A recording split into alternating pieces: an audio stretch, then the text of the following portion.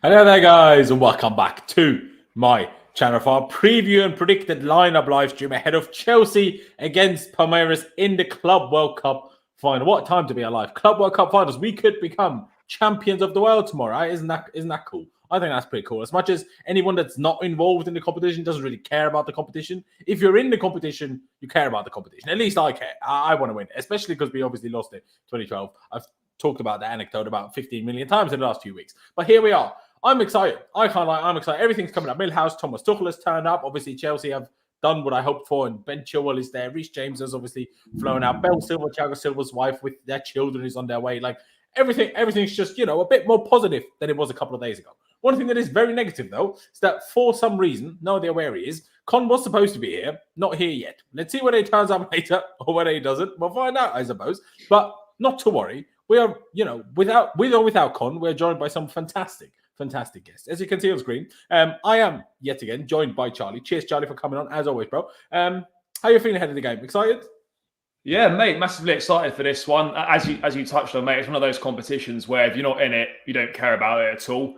But when you're in it, you're fully invested. And as a Chelsea fan, we're used to winning trophies, very successful over the years since Roman's obviously taken the club over. But the one that's missing is this one. And look, it's not, a massive trophy in terms of, what you've got to beat to win it. But in terms of the journey to actually be able to play in it in the first place, it would be nice to kind of finish it off by getting the job done. It's the only one that's missing, and it's a chance for this squad. It may well be the last chance a lot of these players get to actually win it for Chelsea and potentially in their careers at all. The likes of Thiago Silva probably won't get another opportunity to play for this trophy.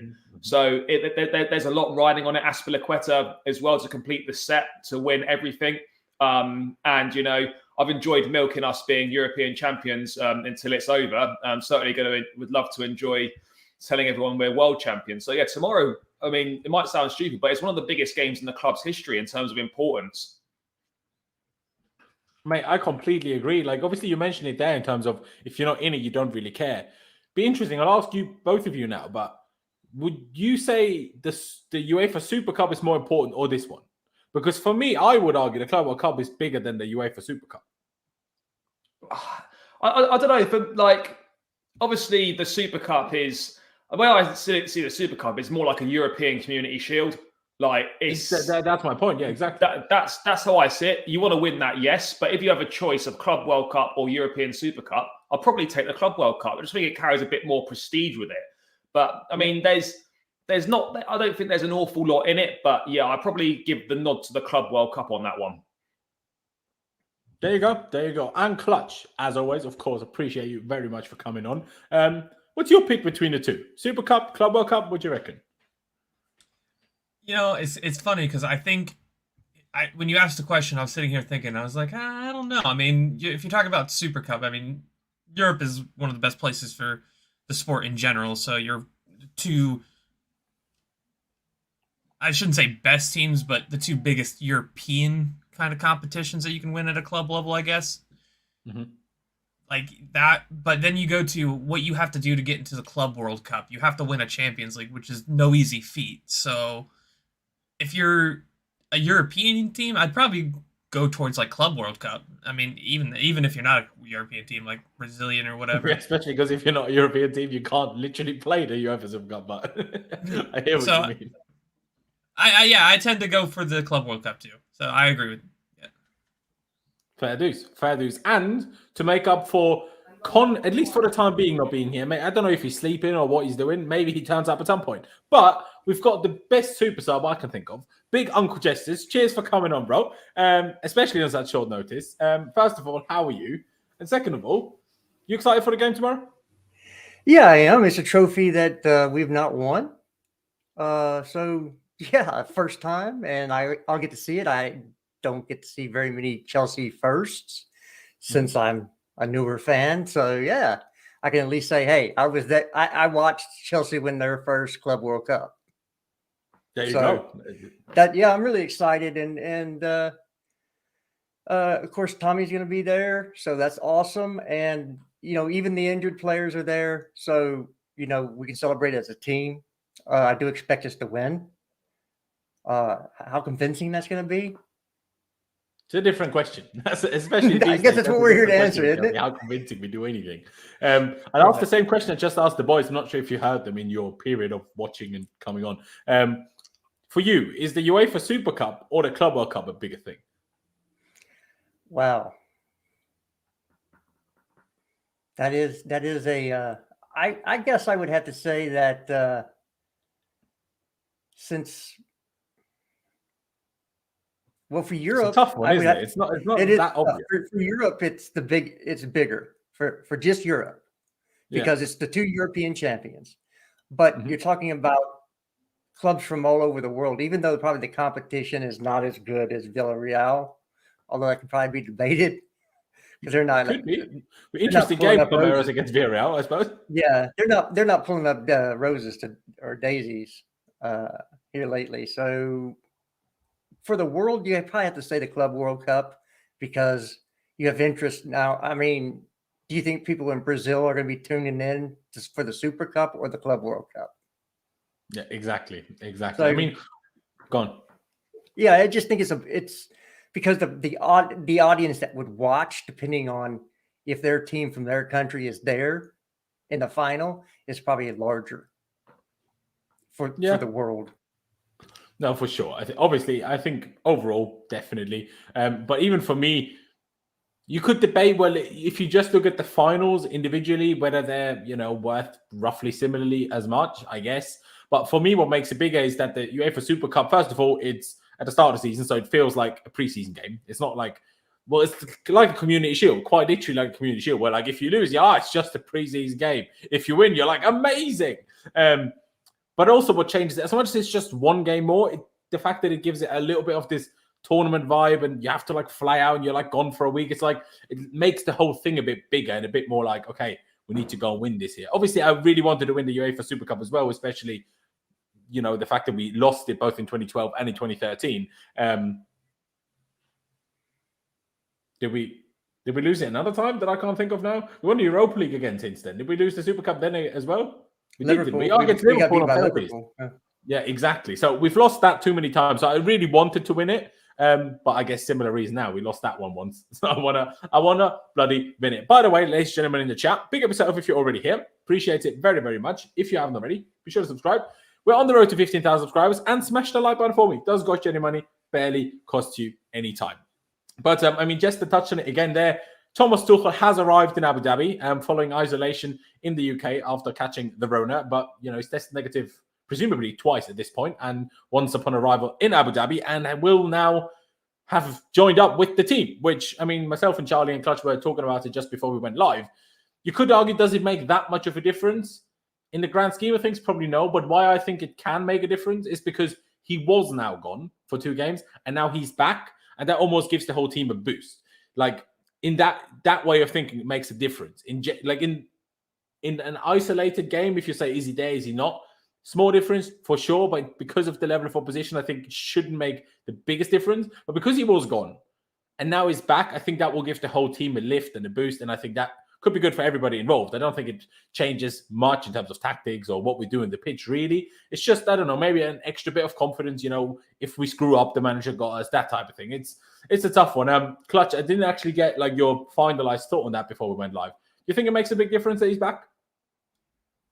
I think it does. Him being around the team, being able to talk and kind of share his thoughts in real time is going to be a lot better than communicating over a video conference call or something, I think him being around, his presence, how he carries himself, what his expectations are for the team is always going to be a good thing when he's around. He's just his tactical side of the game where he analyzes everything. It's going to be done in real time for the players, and they're going to be able to talk to him, get advice in real time. Maybe one of those players that go to see him, hey, what can I do here or there? They haven't been able to do that for the last week or so. So maybe they're going to be coming in. He's going to come in and say, hey, this is what I noticed in the last couple games, and able to individually talk to some of these players that may have not been performing the way he wanted to play in the last couple games. For sure. No, I agree with it, Charlie. Obviously, we were speaking about it just before going live. Obviously, share your thoughts to the viewers as well. And also, You agree? It's a good thing. I think it's a really good thing that the likes of Chile, Reece James, these guys were involved and flew over as well. I mean, I would argue, why not Ruben as well? But I suppose Ruben wasn't part of the Champions League squad that got us here, so maybe it's a little bit different, I suppose. But even still, if you take 2 injured players, why not take the third? But fair enough, I suppose. But still, I think it's a good thing that they got everybody involved. I think it's great that Bell Silva, like Thiago Silva's wives, obviously, with the kids, made the way to Abu Dhabi as well to be there, I suppose. It's great. Like, I don't know, it gives us that, I don't know, as much as Lukaku tries to ruin it all the time, it gives us that, family vibe again. Yeah, it's a sense of togetherness, and I think it's the right thing. Reece and Chile were a big part of us actually getting here in the first place, obviously with that Champions League success last season. So I think it's important to have everyone around the camp, and also for them, it's an opportunity to get some warm weather training in for their rehab, which is probably going to be better than being in cold Cobham. So, it's important to keep the squad together, to keep everyone together. And I think Tuchel is a plus. Let's be perfectly clear. It's a massive plus. And it wouldn't quite feel the same if we win tomorrow and he wasn't on the sideline to enjoy the celebrations, because ultimately he was he was the biggest part of us actually being here in the first place. So I think it's great that everyone's going to be together and hopefully able to enjoy those celebrations. I could not agree more. When I brought it up, Jester, you were nodding there that it makes a big difference. Why is that in your head? The fact that Tuchel is obviously back now. Well, if it didn't make a difference, all managers would not have to be at the game. Good point. Okay, that's the simplest answer. If it wasn't a big deal, the managers would just stay up in the sky boxes and watch the game, in air conditioning or in heater with the heater on, or if it's cold, right? It does make a big difference because, number one, he's the leader. You have an on-field captain, but Thomas Tuchel's the leader of this team. Okay, to have him on the sideline, and there's points in the game where the momentum will turn, and it's very hard to. You can pick it up on TV, but it's still better to be there because you'll get the instant feeling. Okay, something's not right. How do I? So it's snap decisions. It's seeing it in the moment. And like I said, there's a reason why. In every sport, the manager is there because it makes a difference, because players might, we saw, and I'm not saying that this is why, but we saw Timo not go through for some 50-50s. And in the one game he played against, I think it was Plymouth. Yeah. And Tuchel wasn't there. Do you think he doesn't go on those 50-50s if Tuchel's on the sideline? Because how Tuchel is on the sideline. It's you did something wrong. I hope that's the reason in a way. I hope because no, I don't think it is. No, but I don't think it is. But I hope that's why he backed out for some odd reason, because that's still outrageous, the fact that he did. Well, I know why he did, because he doesn't want to get injured, because he's looking for a move this summer. I can't blame him. He's not playing. But I get that. But there's different ways of making sure you don't get injured. There's stopping your run when you're basically one-on-one with the goalkeeper, and there's jumping. Do you know what I mean? Like, he could have run with it, touched it, jumped, and made sure, he doesn't get collected. Sure, the jump might have tripped him up or whatever and made him less likely to score, but at least it wouldn't have looked like a right mug. But, each to their own. But I think, you made a really good point there in terms of the Thomas Tuchel is our leader, because if you go back to squads that we had in the past, and this is I know, Jester, you're not the biggest fan of Aspie as a captain, not as a player, and obviously I know you like him in that way, or as a guy, but you've said a couple of times you're not sure if he's the best captain for us. But regardless of that, I don't even want to use this to slate Aspie, but regardless, back in the day when we had our big successful squads, John Terry, Frank Lampard, Didier Drogba, these Petr Cech as well, these guys were leaders. Whether the manager was here or not, sure, Jose is maybe a bit of an exception, but we had the leaders already. I feel like now, I think Jester made a very good point. Tuchel is kind of our leader, regardless of who the captain is, because the captains are not quite as... But I say that, it's weird, because Aspie just doesn't feel like that, but maybe that's just a different feeling I get, even though I shouldn't, because he's been here for so long now. It doesn't seem like, here we'd have the expression, obviously in different language, but we'd have the expression, if someone is shy to talk, if you fell on your mouth, doesn't seem like a guy that fell on his mouth and is hesitant to speak and speak up. So I don't know, but it gives me this vibe anyway that kind of we need Tuchel to be at our very, very best, I suppose. It needs Tuchel to be at our very, very best. Just a few things that we should probably mention before we speak about the game tomorrow. Specifically, a few things that have come out today.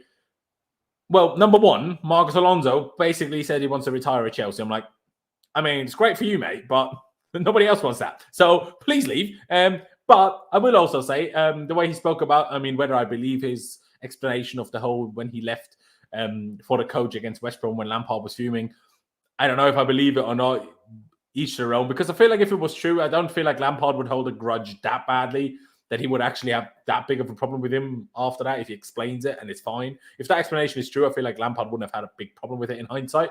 But regardless, what he said towards the end of that article, especially by the Athletic article by Simon Johnson, I rate it in a way. Who would have thought that Romelu Lukaku should look at Marcos Alonso as to how to behave and conduct himself in interviews? You know, he was like, oh, yeah, we'll fight for the club. I want to give back the biggest club in my career because of how many chances they've given me or, how much they've believed in me. I'm like, fair play. As much as I don't rate you as a footballer, as much as, you often annoy me when you actually play for us, it's at least the right thing to say. It's something. It's like with Timo Werner. Timo Werner might be awful on a football pitch, but when he talks, I'm like, yeah, I like you, man. Do you know what I mean? I guess it's like any of you guys. If any of you guys would play for Chelsea, I'd probably hate you too. But now that I'm chatting to you like this, it's fine. So, be great friends with Alonso potentially. Well, maybe I shouldn't say that. Let's not be great friends with Alonso. Let's be great friends with Timo Werner. Sorry, Alonso. Especially these days, it's dodgy days of what people get cancelled for and what they don't get cancelled for. It's weird these days. Anyway, any which way. Reactions? Did any of you guys read the article and read the statements by Alonso? Mate, I think obviously I know a lot of Chelsea fans scapegoat him. He probably is a little bit past it now for Chelsea. But in terms of what he said and how it's come across, I don't have a problem with anything he said. Yeah, I agree. It's okay, as you touched on, mate, is his version of events at West Brom true? Only he knows if he's lying or not. None of us were there, so we've got no idea. Obviously, fans are gonna believe Lampard over Alonso because of Lampard's affiliation with the club. But at the end of the day, there's always two sides to every story. So, who are we to say, oh, that definitely didn't happen because we've got no idea whether it did or not. But yeah, at the end of the day, if he wants to retire at Chelsea, I mean, I wouldn't be best pleased about it. It might, limit us from potentially bringing in someone new. But he's got 18 months on his contract left. Contractually, he's well within his rights to say that he wants to sit that out. He doesn't have to leave the club. So we're in that situation. We offered him the contract. He signed it and he's got that long left on it. So if he wants to stay for that amount of time, he's well within his rights to. But that's obviously a different conversation. But yeah, I thought he came across well, said all the right things. And yeah, no issues with it at all. No, same. I mean, in all honesty, obviously, exactly like you said, he has every right to see out his contract if that's what he wants to do. But yeah, obviously has said if it were to be on the table, he would like to stay and sign a new contract. Let's bloody hope that doesn't happen. That would be one of the most outrageous things I've seen happen at this football club if we gave him another contract extension. One interesting thing that he said as well, Clutch, I'll go to you with it in case you didn't read it as well. It's the fact that he said he's had multiple offers over the years. Obviously, we don't know whether that was last summer as well or not. But he said he never really entertained them because he's always just wanted to be here and fight for his spot. And until the club tell him basically go away, that's what he will continue doing. And again, as much as it's sometimes frustrating the fact that he's still here and stuff, if I think about the player himself, I can't ask you to say anything better, really, in an interview. In terms of PR and not throwing the club under the bus or not saying anything wrong. I don't think he could have done much better, could he, Clutch? No, but I think that's the base expectation when you play for a team is you don't go out there and start doing the things that somebody else does. I mean, if he came out there and said, hey, I don't want to retire here, would anybody really blame him? No, nobody really care because, I mean, collectively, I think we're on the understanding of he doesn't necessarily improve this team in the way we need it. So, and for how long are we going to keep playing this back three? That's the only way he's going to get game time is in a back three. In a back four, he's not going to get game time. Yeah. So I think a lot like Timo Werner. Yes, they say all the right things. They do all the right things. Timo Werner's a lovely guy, but is he right for this team? Is his attributes on the field going to help us in any way? No. Timo Werner's not going to help us in the Premier League. I'm tired of saying it. I'm tired of, like, yes, he has one game where he, like, does some great stuff. He causes some trouble.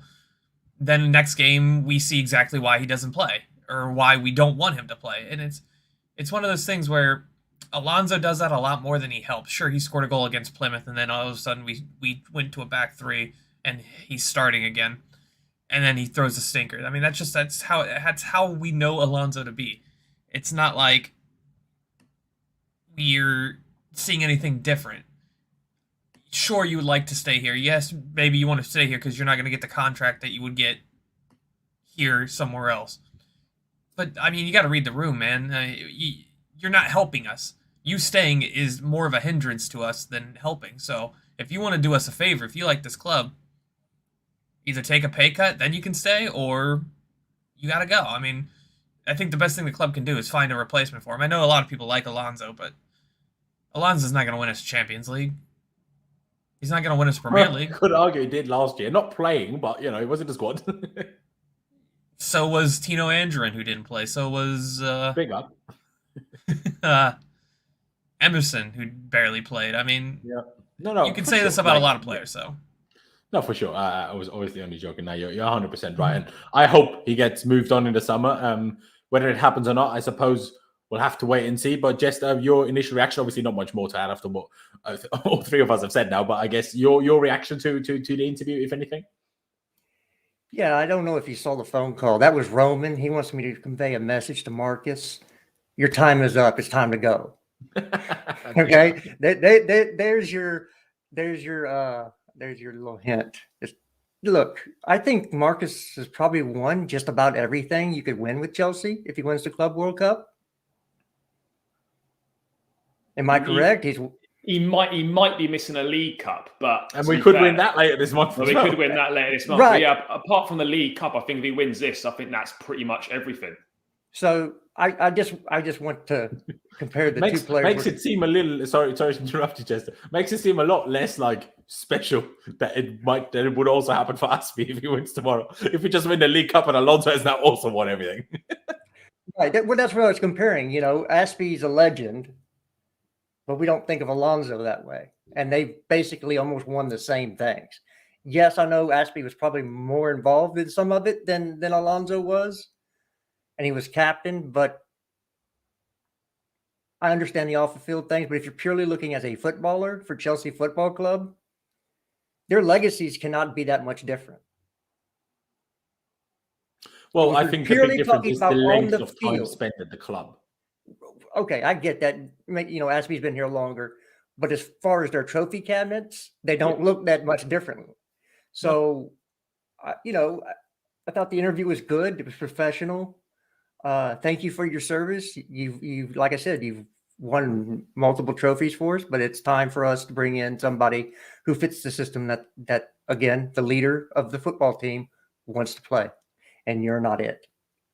To be honest, regardless of system, I don't think Alonso is it. So, you know, not even depending on, like, I get, obviously he's much better suited to playing wing back than left back, but still, I don't really want him as a wing back either, if I'm being perfectly honest with you.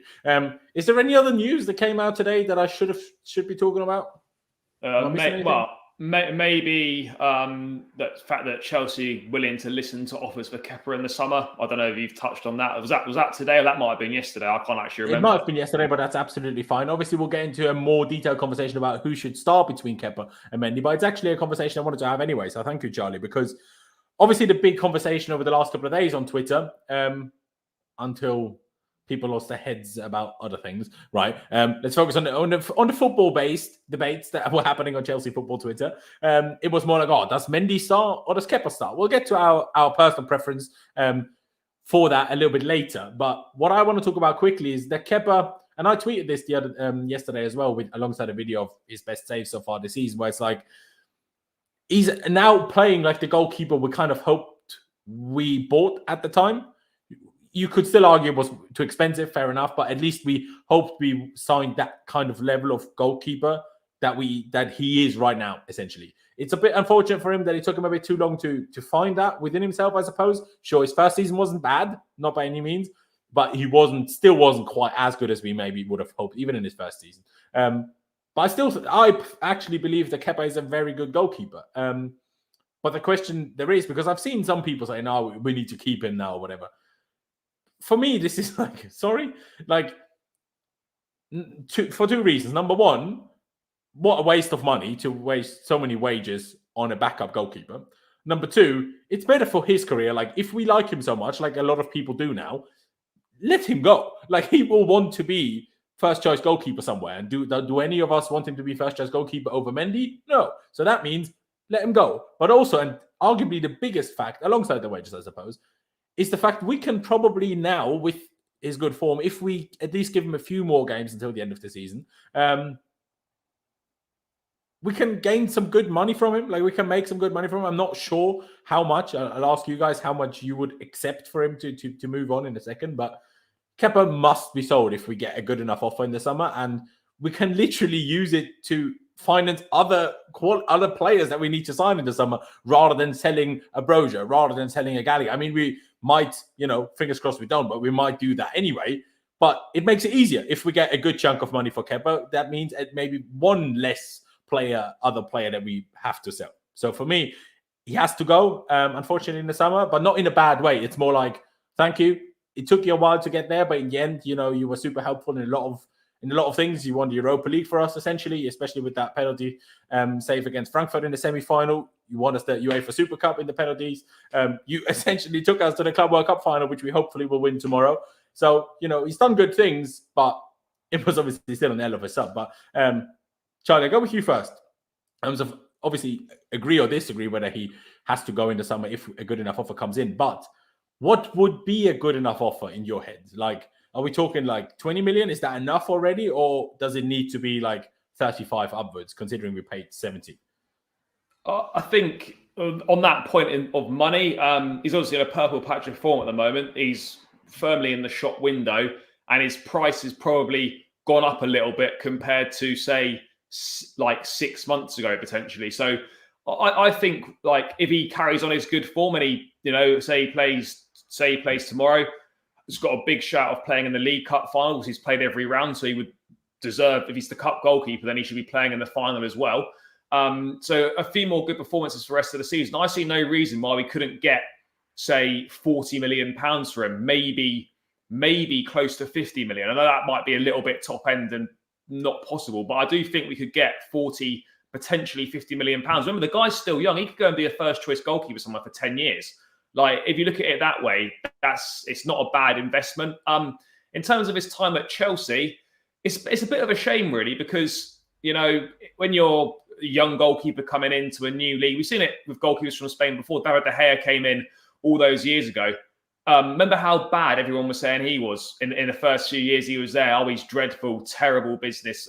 He was dreadful. Like, he was, but he was like, yeah, made it up, but yeah. He had a slight, he was slight in his frame. He needed to bulk up a little bit. But actually, they persevered with him, and he went on to become one of the best goalkeepers in the world. And I believe that Kepa's got the ability to do that. But obviously, at Chelsea, we found someone else now, in Edouard Mendy, and realistically, Mendy is the number one choice. I don't think there's an awful lot in it between the two goalkeepers. I think, like you, mate, I think Kepa is a very good goalkeeper, but Mendy's probably just a little bit better. And in terms of his career, you got obviously the World Cup coming up for Spain. He'll have ambitions of being the number one goalkeeper for that. He needs to go and play regular football. And for his career, being a number two at Chelsea or playing a handful of games a season is not going to help him realise his potential and reach his goals. And then secondly, financially as well, backup keepers traditionally are on a lot lower wages than your first choice, and they don't take up as much club resource as your first choice goalkeeper would. You cannot have a second choice goalkeeper that was over £70 million and is on really high wages. It doesn't make any financial sense. So, and as you said, that would free up funds to offer more wages to potentially players out of contracts, to offer more wages to potential new signings. So I think all round, it makes sense that if we get a suitable offer in the 40 to 50 million pound region, that it is best for all parties for him to ultimately move on. I hear you, bro. I hear you. Very interesting comment by Jose Mourinho here. Big up, Jose. How you doing? How's Rome? Saying, bring in the Egyptian goalie as the backup, competition for places. Now, hey, the Egyptian goalie, and I can't lie, I forgot his name, even though I watched a number of Egypt games during the African Cup of Nations. he's a penalty killer, just like Kepa is. So, if Kepa is to leave, why not bring another one that is really good at saving penalties, I suppose. I mean, I'm not quite sure if we can aim for like 50 million, especially if you're talking pounds. I mean, obviously, Real Madrid are not going to sign him. They've got Courtois. I doubt they're going to get rid of him all of a sudden. There has obviously been a little bit of talk that Barcelona might want to get rid of Ter Stegen. Not because, number one, because he's been poor this year, but also because he's still valued highly over the world, so they can probably still get a lot of money for him. But would they then spend as much on Kepa as Kepa would require? I don't know, but I think it's possible, especially with Xavi as the manager, being super focused on ball playing and that. So. And we all know Kepa is very good at that part of things. And if not Barcelona, Sevilla. I mean, I think Kepa is certainly better than Bunu, who's their goalkeeper. I forgot his nationality. I think he's Northern African, some Northern African country. Not sure. Is he Moroccan by any chance? Could that be? You talking about Bono? Red flag in my head. Bono? I think it's Bono. Yeah, him. But is he from Morocco? By any chance? I can check it out real quick. You do that. I just remember. I just know his FIFA card, and I feel like it has a red flag on it. I'm not sure where Kepa would go though. Like apart from a maybe interest in said Barcelona potentially if the Stegen moves on, maybe Sevilla. I don't know what their finances are like, but like what other options are there? Realistically, is he going to go somewhere in Serie A? I mean, Inter have just signed the Nana. Obviously, Milan have got. Sarri is manager of Lazio, so and their current goalkeeper is Pepe Reina. So you never. Lazio is a possibility in Serie A, but you're looking at it, and apart from Spain and maybe Lazio, there's not a lot of other potential destinations that I could see. No, it's a weird one, really, because obviously at Roma there's Rui Patricio right now, but he's getting on. I don't know how old he is. He must be like in the 34s, 35s, right? Like around that age. I feel like he was already quite old when he went to Wolves a while ago. And obviously that's 3-4 years ago at this point. So maybe Roma as well. I don't know, but certainly one of these two countries I certainly see as most likely. I don't think any of the only club that could afford Kepa in Germany is Bayern, and he's obviously not as good as Manuel Neuer, is he? So, that's kind of out the window. But I think, obviously the report said as well, they do feel like some good offers from the big Spanish clubs could come in. And by that, I assume they're talking like Sevilla, Barcelona, that type of thing. Jester, how do you see it? And what would be kind of the minimum you would want to be offered for us to agree to it? Or is it for you a case of, hey, anything we get, just sell him so we can get his wages off the wage bill? Well, I actually addressed this yesterday. You get 30 million pounds, a 30 million pound offer for him. You bite their hand off and take it, because he was 15, 20 million. Last summer, that was probably what you would get for him. You get another 10 million on top of that. And for me, I looked at it this way. This is a keeper that's been slated a lot here. I probably jumped on that bandwagon a time or two, but if you paid 72 million pounds for him, right? Or around there? I think so. I think it was 80 million euros, and obviously the conversion rate was a bit different back when we signed him to now. So right. So let's put this in context with some other flops around that period of time. Slabby McGee over at United, 80 million, no trophies. Nope. Pepe Le Pew at Arsenal, FA Cup. Is not even playing. Can't even get on the field over somebody that's out of contract. True. So this is a young man who came in. He's won us the Europa League. He was a part of the Champions League win. He went to what? Got it, helped us get to 2 back-to-back FA Cup finals because he plays during that competition. Club, the Super Cup he won because of his penalty killing. We're in the Carabao Cup final. We're in the Club World Cup final. We'll probably be close thereby with FA Cup and probably have, at least another round in the Champions League. This guy can't be considered a flop. And we also made top 4 every time he was here. Yeah, he cannot be considered a flop. And it was just too expensive. That's what he was. Yeah, you put all that on top of the 30 million you might get back for him. You have to say you got your money's worth. What are those competitions worth for Chelsea? What are those trophies in the trophy cabinet worth? And he was part of those teams. So you can't go, you can reasonably say Harry Maguire is the biggest flop in the league so far because he's won nothing. His price tag was higher, and he's probably cost United more points recently than Kepa's cost us. Oh, for sure. Recently, especially. Yeah. For me, it's, Kepa, 30 million pounds comes in, we're going to sell you. And Barca is a destination because they are looking to get Ter Stegen's wages off the bill because they're doing everything humanly possible to sign Erling Haaland this summer. So let's see what it works out for them, but they're trying at least.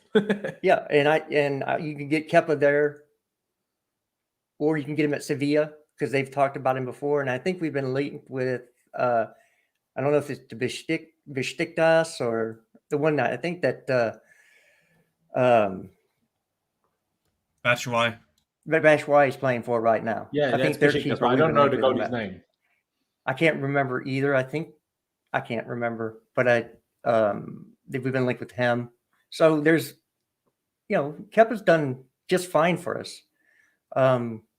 We want to hold his salary or his transfer fee against him. I've looked up the Besiktas goalkeeper. I'm not even going to attempt to pronounce any of their names. So, that's just that's good because I'd probably kill him too. But Kepa's been fine, and I think that we look better out of the back when he's in goal because of his distribution out of the back is. I would guess Ederson and maybe Alisson are the only two I've seen play better out of the back. Yeah, Neuer, I would say. Well, Neuer, but I was thinking more Premier League. Yeah. But Neuer's the original. Neuer's the original, but for Premier League, probably only Ederson and Alisson would have better play out of the back than Kepa. Yeah, I agree. So, yeah, I'm happy that we're having this conversation because he's got the redemption story. So all of these people that are being canceled, at least we have one that's found some redemption. It's true. It's true. Hey, let's look at the positive things in life. I mean, Fantasy PGA Tour saying you can consider him as a flop if you only concede if you isolate his league appearances. Maybe like the £72 million is definitely too much. It all depends on how much we get back because then you almost value his whatever number of years he had as kind of the difference between what we paid and what we get. And that's kind of partly why I posed the question. I mean, yeah, just as I said, 30. If it's 35 upwards, I'd be very happy with it. I think at 30, you can't say no at 30. But would I worry that Chelsea would say no at 30? Yes. But, that's a different conversation for a different day. Clutch, though. Well, what's the price for you that it would require for you to be happy to let Kepa go for that? I think 25, probably. I mean, other teams are going to understand, like, Chelsea are going to try to offload him at any cost, so they're going to go as low as they possibly can. So, well, we kept him last year as a backup, so I feel like if we have to, we will do it again, I guess. We kept a lot of players that we shouldn't have last year. It's true. Fair point. But yeah, no, I think in the terms of like, I'm with you guys. I like Kepa as a keeper. I think he's one of the fastest keepers I've seen able to get to the ground and stop low shots that I've ever seen in my life. But as far as like what we need in this team, I think Mendy is the standard. He's the type of goalkeeper we need. We need somebody who's going to be dominant on set pieces because, I mean, even recently, goals have come from set pieces. Do I necessarily think Mendy stops the Plymouth goal? I do. I think he comes out and claims it because, I mean, he's a bigger keeper. He's going to want to go for those balls a little bit more. I think Mendy is that kind of keeper we need. Unfortunately, he doesn't come with the penalty ice in his veins like Kepa might, but maybe that's changing. He did it with Senegal the other day, so for me, I think moving on Kepa is probably the best option. I agree with Monster was tweeting about it the last couple of days. He was talking about he is a high wage earner. We do need to kind of get that off our books. Would I love Kepa to stay for a little while if he took less wages? Sure. I think he'd be a great backup, but I don't want a player who would be okay with being a backup either. So, and unfortunately at this moment, he's not going to get over Mendy unless Mendy goes into a severe dip of form. I just don't see Mendy doing that. So for me, you got to move him on while you can. And I think the summer after his last couple great performances in the recent time, I think we're going to be able to get something out of him. I think we got to at least go for 25. Fair enough. Personally, I feel like 25 is a bit low, but you might have a point that's around the area. 25, 30 is probably the area of where people are going to offer, but who knows? I guess we'll have to wait and see. It's a difficult debate because I think I love Mendy, and everyone is fully aware that I'm a big fan of Edouard Mendy. But I think sometimes people I don't think you can just say, Mendy's better at Kepa than at set pieces. Fact, he is. Mendy is better at Kepa than with saving long shots. Fact, he is. But there's also things Kepa is better at than Mendy that are not penalties. Like, he's better with the ball at his feet. I think he's better at saving near post things. I think that's, if anything, Mendy has a couple of frailties there. Look at the Salah goal we conceded against Liverpool at home. I think a goalkeeper should save that personally, or should save is maybe harsh, but a goalkeeper who I view as one of the best goalkeepers in the world, if not the best goalkeeper in the world, I think should save that. Not every goalkeeper, but a goalkeeper that I think and I know is as great as Mendy is, I think should save that. So it's not like Mendy is perfect either. No goalkeeper is perfect. Neuer isn't perfect, and Romelu isn't perfect. Everyone has their own small frailties, well, however large, it differs. But I think whenever it comes to the Kepa Mendy debate, people only ever highlight penalties for Mendy and then problems that Kepa has and pretend like Mendy is perfect at everything else, which is not quite true. I'm not using this to slate Mendy by any means, but I'm saying it's also important to notice that Kepa is better at a few things that Mendy is as well. But Clutch did make a good point. Yeah, the set piece goals we've conceded in the last couple of games maybe would have been different. But then at the same time, would Mendy have saved a penalty against Plymouth? Maybe not. Would Mendy have made the 1-on-1 save against Marega the other day? Maybe not. The long shot save, I'm pretty sure both made, as much as because Kepa is a little bit smaller and we're not used to him making these saves. It was like almost, what an outrageous save if Mendy saves. Yes, we're saying what an amazing save, but we're almost less shocked. That's why we hype it a little bit less. I have since found out, since starting the stream, by the way, ladies and gentlemen, that Con was unfortunately suffering from Wi-Fi struggles, which is why he was unfortunately delayed. But here he is now. Con, thank you for tuning in, turning up, whatever the word is. I'm not going to get you to talk about everything we've spoken about so far. I'll just start with that question before we move on to actually finally talking about bloody tomorrow's game, because I actually don't have infinite time today. Anyway, Con, how much money in your head would we need to be offered for you to happily sell Kepa? Like, are we talking £25 million, 30, 40, or do you need like a bigger number closer to what we spent on him for you to be happy to let him go? Hi Laurenz, apologies, BT did me dirty today, guys. I've been so bored out of my mind, I couldn't even do my work, but it is what it is. For Kepa, I'd probably take about 35-40 million. We're going to take a big loss, there's no doubt about that, but I'd be happy with around 30-40 million, for sure. Fair dues. Con, I'm not sure how much you know about Palmeiras, because I didn't know much about them until, especially a couple of days ago, but even now, can't pretend like I'm an expert on Palmeiras. But for people that don't know, they're obviously a football team from Brazil, shocker, from the city of Sao Paulo. They haven't actually won the Brazilian league since 2018, according to my phone here, so that's interesting. But obviously they are in this competition because they won the Copa del Libertadores this year, or actually last year now, in 2021. But yeah, what I find hilarious is that seemingly all of Brazil, everyone hates Palmeiras, so they're all now Chelsea fans. Yeah, like, what was the other clubs that hung up like Chelsea shirts and like they've all made like their club logos with like CFC or Chelsea things on it? Brilliant, big fan of that. Why not? But what's like that doesn't necessarily go to just you, kind of thoughts to all of you guys. What's your real thoughts on Palmeiras as an opponent? Obviously, the last game against Al Ahly in the semi-final of the Club World Cup, they won the game 2-0, but actually had 42% of the ball. When have you ever heard of a Brazilian team that doesn't want to have the ball? So that confuses me a little bit. I've never heard of a Brazilian team that doesn't want to have the ball. Obviously, mind you, I'm not an expert on Brazilian football at all, but to me, it's still confusing. Con, any thoughts on Palmeiras? I'll just go through all of you guys, and obviously, it doesn't matter how much or little thoughts you have. It's all good. Bro, I literally know nothing about him. I know like they're big rivals of the team Jorginho supported when he was like younger. That's basically what I know about him.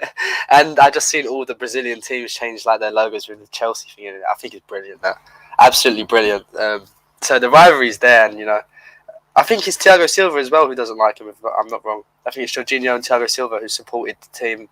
That's their biggest rival. So extra incentive for those two guys for sure. But on the footballing side, I don't really know anything about them. So sorry. All good, mate. And Matt, so think far that- in the league, shout. No, Go sorry, on. mate. I was going to say they're managed by a former Chelsea manager, Big Phil Scolari, as well. So little link there. I don't know. He was poor when he was with us, but he's a well-respected manager, particularly in Brazil. He's done very well there.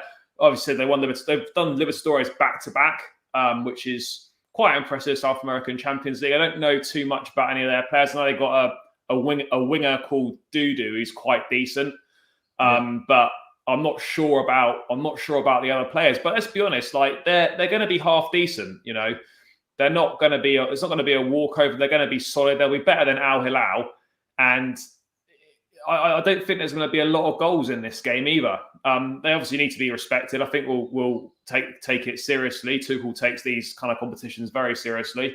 But yeah, I mean, other than Scolari and a couple of players, I don't know an awful lot about them. But it's gonna be a difficult one. So can we put this match as Lukaku versus Dudu? Bloody hell. I mean, just say it. Yes, It's Jester, right we there can. for you. Let's do it. That is funny. Now, I'm having a bit of a brain fart. Did we make the 2008 Champions League final with Avram Grant or Scolari? I don't know, but the Grant. coach isn't that guy. It's not Scolari. Avram Scolari Grant, not wasn't it? coach? I thought Avram Grant was 2008 final. Is Scolari not manager of Palmeiras? I swear he is. No. No. I just looked it you're up. right. I'm saying, did our Champions League final 2008, was that with Grant or Scolari? I couldn't Yeah, remember. Avram Grant. There you go. Yeah, Grant, bro. Yeah. There you go. Yeah. Plus, I thought so, but I was like, wait, what? How long did we have Scolari again? Anyway, I was trying to tell you where they are in the Brazilian league, but that hasn't started yet. The only thing that has started is yeah, exactly. That's what was my reaction as well, Jester. What they are in already is the Paulista A1, which seems to be some sort of Brazilian cup, which works in 4 groups of 4. It's basically the Brazilians love the World Cup so much, they just do it every year. So, they just do their own Brazilian World Cup, is what it seems like. Because they're top of, what group is it? They're top of Group C after 4 games with 10 points, so 3 wins and 1 draw. But yeah, there's 4 groups, so I have no idea what exactly that is that they do over there in their Paulista A1, but fair enough. All the best to you, I suppose. But yeah, same for me. As Con said, really, I don't know much about them. The only thing I've read over the last few days is that they're not as possession-heavy as I would expect the Brazilian top side to be. Obviously, I would have never expected them to be possession-heavy against us, but in terms of against sides that are lesser than them, But to some extent, that is a bit of a problem. Clutch, let me go to you. The fact that they tend to, against most teams, play somewhat counter-attacking. If anything, that's a bit dangerous to us, isn't it? Because that means they're used to that and they're good at it. Yeah, but even then, I don't think they're gonna have the firepower to do it. It's like Al Hilal, where we kind of came out and we're like, oh yeah, we should be so worried, and then we seen how bad they were, and we're like, okay, well, we're Chelsea. We should still, no matter what formation we play, we should be able to handle it. I mean, we have the players. It's not like they're going to come out and they're just going to absolutely dominate us like City would or I don't know. I don't think they're going to do what we think they are. I think for us, we need to play our game. Don't sit back. Don't try to wait for them to kind of play the counter. Just take the attack to them. Make sure that we're the ones controlling the game. And I think that's kind of where we're at. I don't think Palmeiras they're not going to do anything on the counter. Is there always a chance, especially if you start Alonso? Yes. But I don't foresee them. If I can interrupt you, what makes you more confident that Palmeiras can't when Al Hilal nearly did? Well, what happened in the Al Hilal game when we lost control? That's when we started losing. That's when we started. Happen again. I mean, it can always happen, but that's when we started playing terribly and we stopped doing what we needed to do. I think if we go into it, and especially Thomas Tuchel being there, I don't think he's going to allow that to happen. I really hope. Like, obviously, I'm expecting us to be better and not be posed all that much, threat by them. But in 2012, we also lost to a Brazilian team, which we underestimated. So let's not do that again and just tell ourselves, they're not going to do anything. They're significantly better than Al Hilal, in my opinion. But do I know that? No. That's just my assumption from how I know the tendency of how these South American teams do in this Club World Cup and how the Middle Eastern teams do in this Club World Cup. And it's always the South American teams that are problems to the European teams. It's very rarely the Middle Eastern teams, but I guess things can change. By the way, I've seen a couple of seemingly Brazilian and Palmeiras supporters in the chat. Big up you. Hopefully you have to cry tomorrow. But, if you want to get a Chelsea channel in your sub boxes, subscribe if you haven't already. And that goes for everybody else as well. Subscribe if you haven't already. We're on the road to 15,000 subscribers and smash that like button for me. Anything that anybody else wants to add on Palmeiras? Because otherwise, I would move on to talking about the team we would like to see or predict to see tomorrow. Well, while you're getting that ready, by the way, Thiago played for Fluminense. Yep. And I want to say they're probably rivals at some point. And since Thiago Silva is the living legend in Brazil, from what I understand, that's probably why all the clubs are against them, because they're going to back Thiago. Could well be. Let me just. Oh, but Fluminense is still from Rio, so they're not the local rivals. I think it's actually Corinthians who we lost to. Corinthians. It might be. I just he's. I'm not saying that's who Thiago Silva played for. I'm just saying they had Corinthians, who we lost to in 2012, are the city rivals of Palmeiras. They're both from Sao Paulo. Yeah, I'm just saying that Thiago actually played for in Brazil, so he actually played for Fluminense. So he has, Thiago's playing, and he's going to be on his A game because he wants to put them in the dirt. So. Yeah. I mean, I would say also play Kennedy, because I'm pretty sure he was on loan at Fluminense just last season. But Kennedy was part of that Fluminense squad that lost the Copa de Libertadores final against Palmeiras, which is why Palmeiras is here right now and not Fluminense. So, it swings and roundabouts, I suppose. Con, just as I asked if there was anything else to add, I saw you unmute yourself. So is there anything you wanted to say? I just wanted to say they're a small club and Chelsea going to get a massive dub. Sorry. God making enemies all over again. Typical Chelsea fan. So let me get this up on screen. Now, obviously last time, ahead of the last game, we all did Pies, to be fair, big up to him. He said he expects a 3 at the back, but he wants a 4 at the back. So what we did is do a 4 at the back. But we already did that last time. So let's change it up, because for me, in my opinion, it's more likely that we will go for a 3 at the back, simply because it's a final. And we already did it in the semi-final. So how likely really is it for us to go back to a back 4? Although you could also say we weren't particularly great last game, were we? So maybe you could say that's the reason why we should switch to a back 4. But just for, interest's sake, I would say let's do the back 3 on screen. And obviously let's make it that 3-4-1-2, 3-4-2-1, sorry, that it's most likely going to be. We already had a Kepa discussion, but let's lead this to the big discussion. Who starts in goal? Charlie, let me go with you first. Mendy or Kepa? To be honest, mate, I don't mind. I'm not fussed personally either way. I think either one plays, it's not going to significantly reduce our chances if Kepa plays at all, in my opinion. I personally think he deserves to play. Whether he will is another question, but I'd play him. I'd go with him. I think he did really well in the semi-final. He's in great form, and do you know what? And he just deserves to play. I know there's no room for sentiment in football and such, and you play your best goalkeeper. Mendy is slightly better than Kepa, but he's not a million miles clear of him. But yeah, for me, I'd just give it to Kepa. I think he played in the semi-final. I mean, I know Mendy would love to play. He obviously played in the Champions League and was a big part of us winning it. But ultimately, for me, I think Kepa just deserves to play. I think we should play him. But either way, I'm not too fussed. But if I had to pick, I'd say I'd go with Kepa for this one. Interesting, very interesting. It'll be interesting whether we'll have a definitive decision either way here. For me, I give my decision later. But for me, what I want to say is there's a case to be made for both, and hence why I agree with what you said there, Charlie. Whoever Tuchel in the end picks and decides is the one to go with, I'm not going to slate the decision either way, because like I said, I think there's a case to be made for both sides of that coin. Clutch, let me go to you. Who's in goal for you? as unfair as I think it would be to Kepa, I'd still go with Mendy. Mendy is one of the main reasons why we even got to this competition in the first place. He's our starter. And in a big competition, you're going to need your main guy. And if we're going to play this kind of formation where the only way they're going to hurt us is on a counter or on a like a set piece situation, I'm going to want Mendy in goal. So I'd go with Mendy. Interesting. Fair dues. Jester, I'll go with you. Which one of the two is it?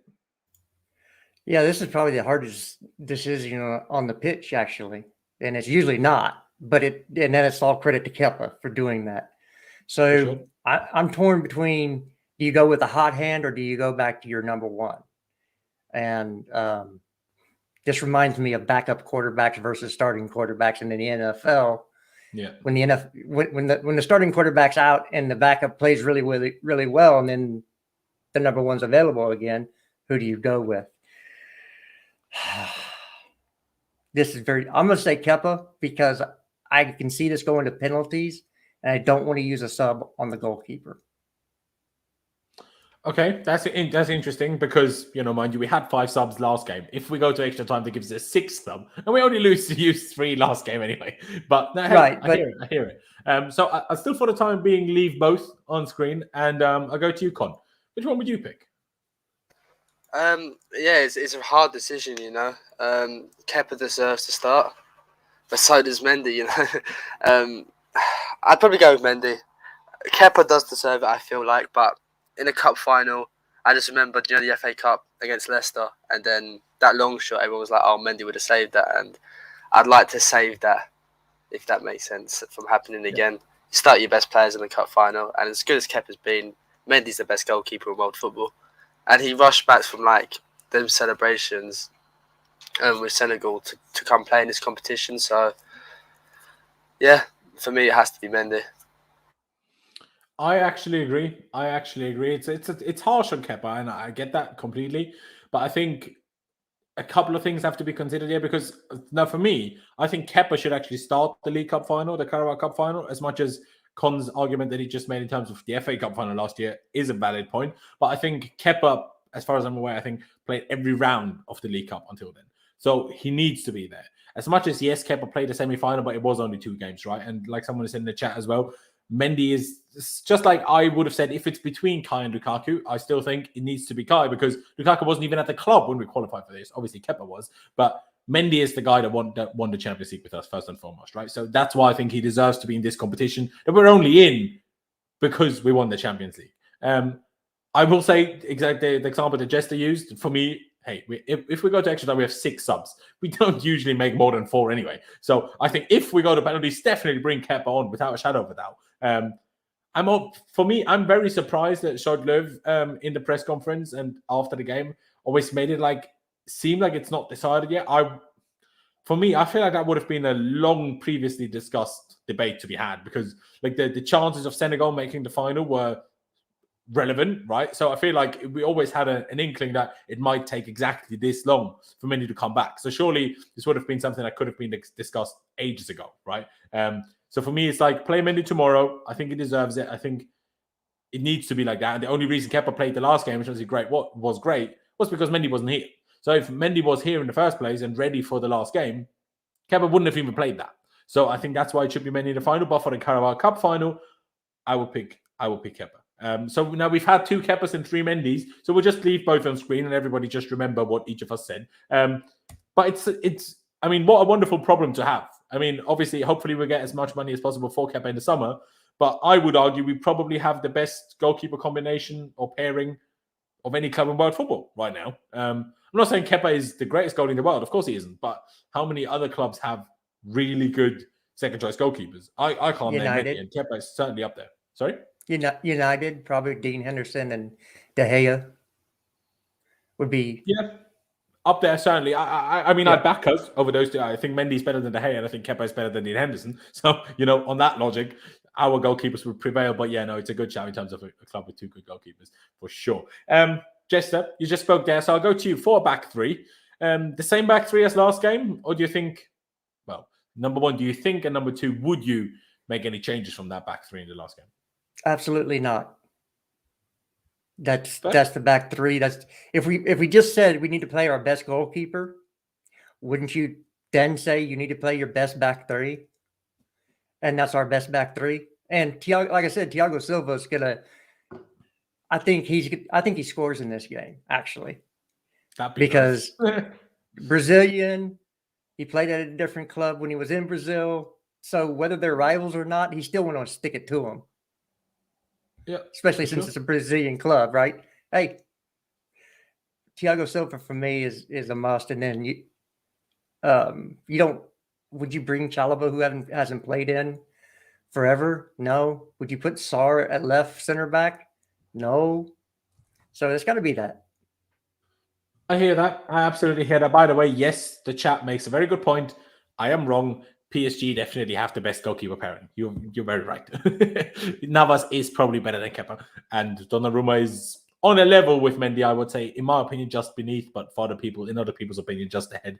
So fair enough. PSG, fair enough. I did forget about them, but that's because they're PSG. Who cares about those people? But yeah, no, I think the only question is really does Chalobah deserve to get a look in, but he hasn't really played since his whole injury, so a final is probably not the time to all of a sudden throw a 22-year-old in if he wasn't used in the last few games, including against Plymouth. Who do I go with next? Con, same back three for you, or is there anything rogue you would do? Obviously, if we had Reece James available, Aspie at potentially right centre-back would be a debate that we'd have to have, but because we don't have Reece James, Aspie probably has to be the wing-back, so kind of we have to make the centre-back decision without him, I guess. No, yeah, it'd be the same for me as well. Rudiger, Silva, Christensen. They played last game. They played really well. I think all of them had great games. You start your best defence. I would want to throw in like Trev just because he ain't played for a while. It's a bit unfair. Mhm. And these guys are the guys who got us here, So they kind of deserve to play as well, For sure. Charlie, I'll go to you. Same back three for you, which should be quite a quick one because I think we'll all agree, but yeah. Yeah, straightforward, mate. Makes sense. It's the best back three you've got. Played well together in a semi-final. As Con touched on, it's a bit too soon for Chalobah. He's not played a lot recently since coming back from injury. This is not the game to put him back in on. So, yeah, it picks itself. I would agree. And Clutch, I presume your same thoughts? Yeah, I mean, I can't say anything more. If you're going to go for a back three, this is the back three you got to go for, especially in a final. For sure. I'll stick with you, actually, Clutch. Wingbacks. Because, I mean, we know on the one hand it's going to be Aspie. If we're being honest with ourselves, do we know it's Alonso? Because you could make a case because Malang Sarr, who's not anywhere, is nothing like a wingback whatsoever. He came on for Alonso during that last game. So clearly, whether it was Tuchel or, Schottler and Arno Michel, they were not happy with Alonso. So it's an interesting one in terms of predicted 11. But for you, if we play a back three, can it be anybody other than Alonso? Like that, honestly, Alonso is the main reason why I would consider the four. That is honestly the main reason. I don't see it happening because, like I said, I think the fact that we played a back three last game, I feel like the likelihood of us playing a back four now in the final is pretty slim. But the reason why I would do it is so we can play Malang Sarr and don't have to play Alonso. But does it then just have to be Alonso for you, or would you be as rogue as to go for Kennedy? You could argue Kennedy knows Palmeiras. That might be some sort of advantage, but you can also argue that, number one, psychologically, not in the best position against Palmeiras, considering they lost the, basically South American Champions League final against him where he was on loan. And number two, they also know him. I think I know Jester's probably going to go for Kennedy, but because I heard him say it yesterday, I'm not. You're not just going to throw a guy in there like that. I mean, for the same reasons you wouldn't throw Trev in there. I mean, Trevor's far better than Kennedy ever will be. So why would you throw Kennedy in there if you're not going to throw Chalobah in there? Yes, I'm very scared because this is why I don't like playing the back three, is because then we got to bring on Alonso and Aspie, who they're not going to... Alonso's going to give you a little bit going forward if he's on having a good day. Sarr's not going to give you anything going forward pretty much because, I mean, he just doesn't do it. I mean, I guess we don't know, so I guess I can't be 100% harsh on that, but it's going to be Alonso if we're going to play a back three. Let's be honest here. As much as I don't want it to be, it's probably going to be that. So, yeah, probably Alonso. Unfortunately, I probably think you're right. For me, it's very strange. I think we should have used that semi-final to give Kennedy a game, because when else are we going to give Kennedy a game? Against Luton, maybe. But other than against Luton, when else are we, like Tuchel said himself in a press conference, that once he's like fit and match ready, he will get game time somewhere. We'll see how much that is, but he will get game time. So surely this game against Al Hilal was the opportunity to do it, because we're too far in. Well, we only have the League Cup final to go, and then the FA Cup, unless we get a crazy round draw after Luton will be the last lesser opposition that we'll face this season. So if not last game against Al Hilal, when else are you going to give Kennedy the shout? And if he played against Al Hilal and did okay, I think I would have been perfectly happy with playing him tomorrow. But to make it basically his first game for us when did he last play for us? Like a competitive game. 2018, 17, something like this. Like for it to play his first game for us since then, I feel like is not the best idea. But do I think he would actually be that much worse than Alonso? No. If I'm being perfectly honest, do I think it would make that much of a difference? Not really. But if we do predict 11, I'm 1,000,000% sure it's Alonso, not Kennedy. But yeah, I'd risk it. I might even be willing to risk it, to be honest. But again, I'd ask the question: if we're willing to risk it now, why wouldn't we risk it last game? Because it would have made a lot more sense. Clutch brought you up there, Jester. Would you pick Kennedy, or does it still have to be Alonso? Well, just so you know, I picked Kennedy in a 3-1-4-2. 3-1-4-2. Okay, interesting formation. Yeah, there you go. Because I was going to use the two wing backs as midfielders in that formation, and so Kennedy makes much more sense as a midfielder than a wing back, because you take some of the defensive responsibilities away from him. But how? Okay, that's fair. But how does the 3-1-4-2 give the wing backs, because they're still wing backs in position? How does that give them less defensive? Well, it gives them more freedom, responsibilities, and it gives us two players who can actually play offensively. Because my 3-1-4-2 had Jorginho at the 6, Kennedy at the left mid, Mason Mount as the left center mid, N'Golo Kante as the right center mid, and Ziyech as the right midfielder, and then Havertz and Lukaku up top. I mean, it's very attacking. Against a team that's good at counter-attacking, I'm not sure if that's what I'd go with. But in a way, would it be better than Alonso and Aspie, whose biggest frailties is when we are hit on transition? I wouldn't be totally against your suggested idea there, to be honest. Like, it might be something I'd like to see be tried, in all honesty. But I'm not sure how likely it is, if I'm perfectly honest. But if it was this formation, this 3-4-2-1, do you then think it will or should be Alonso, or would you still go with Kennedy? No, it's going to be Alonso. That's why he was taken off the pitch. And the reason I didn't have Kovacic in there, because he just played 90. And Jorginho was subbed off, not Kovacic, which tells me Jorginho and Kante are starting. But you could make the argument that Georgie played the full 120 against Plymouth, while Kova didn't. So maybe that also had to do with who was subbed. That's also possible. Both Kai and Lukaku played 90. Lukaku didn't move as much, so he could probably do it, but Kai did play 90. Yeah, but you don't have a world-class replacement for a midfielder like you have when Kante's on the field. Yeah. Again, if you're saying play your best team, N'Golo Kante is our best midfielder.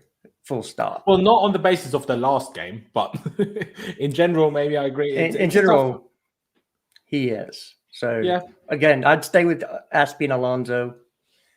There's no argument there. Fair. I'll go to Charlie for it. Charlie, do you reckon Alonso and Aspie as well? Or would you be rogue and throw something different in there? Nah, I think if it's a back three, it's going to be those two. I can't see a Pulisic or a Callum playing right wing back. So I think it's definitely going to be Aspie. He's the skipper. And he's been playing quite a lot recently. So I don't see any reason to change for this final unless Tuchel's seen something tactically that he thinks would be better suited to Callum or Pulisic, but I think unlikely. So Aspie definitely on the right-hand side. And yeah, left wing back, it's going to be Alonso. Kennedy hasn't played. I don't remember Kennedy last played football. The Brazilian season hasn't even started, so he probably hasn't played. No, not since November. Yeah, he hasn't played since November. obviously he would have done a bit of training at Chelsea. Who knows if he's played in any games for the 23s or whatever it is. I haven't looked, but he's going to be massively short of match practice. And if there was any chance of him featuring at all in this final, then you surely would have given him competitive minutes in the previous fixture. So for that reason, I cannot see Kennedy being played in this final. And for Malang Sarr, I think at left wing back, he's just going to miss out. If it was a back four, I'd go with him. But at left wing back, it's going to be Alonso just because of lack of options. Yeah, I probably agree. And Con, finish it off for us. Alonso and Aspie for you as well, or would you love a rogue shout? No, it's going to be Aspie and Alonso, isn't it? I doubt we'll see Kennedy at all this season, let alone tomorrow. Sarr, he might make a cameo in the second half, but yeah, I don't see anything but Alonso starting because I don't know, us Chelsea fans are made to suffer. So it's not wrong.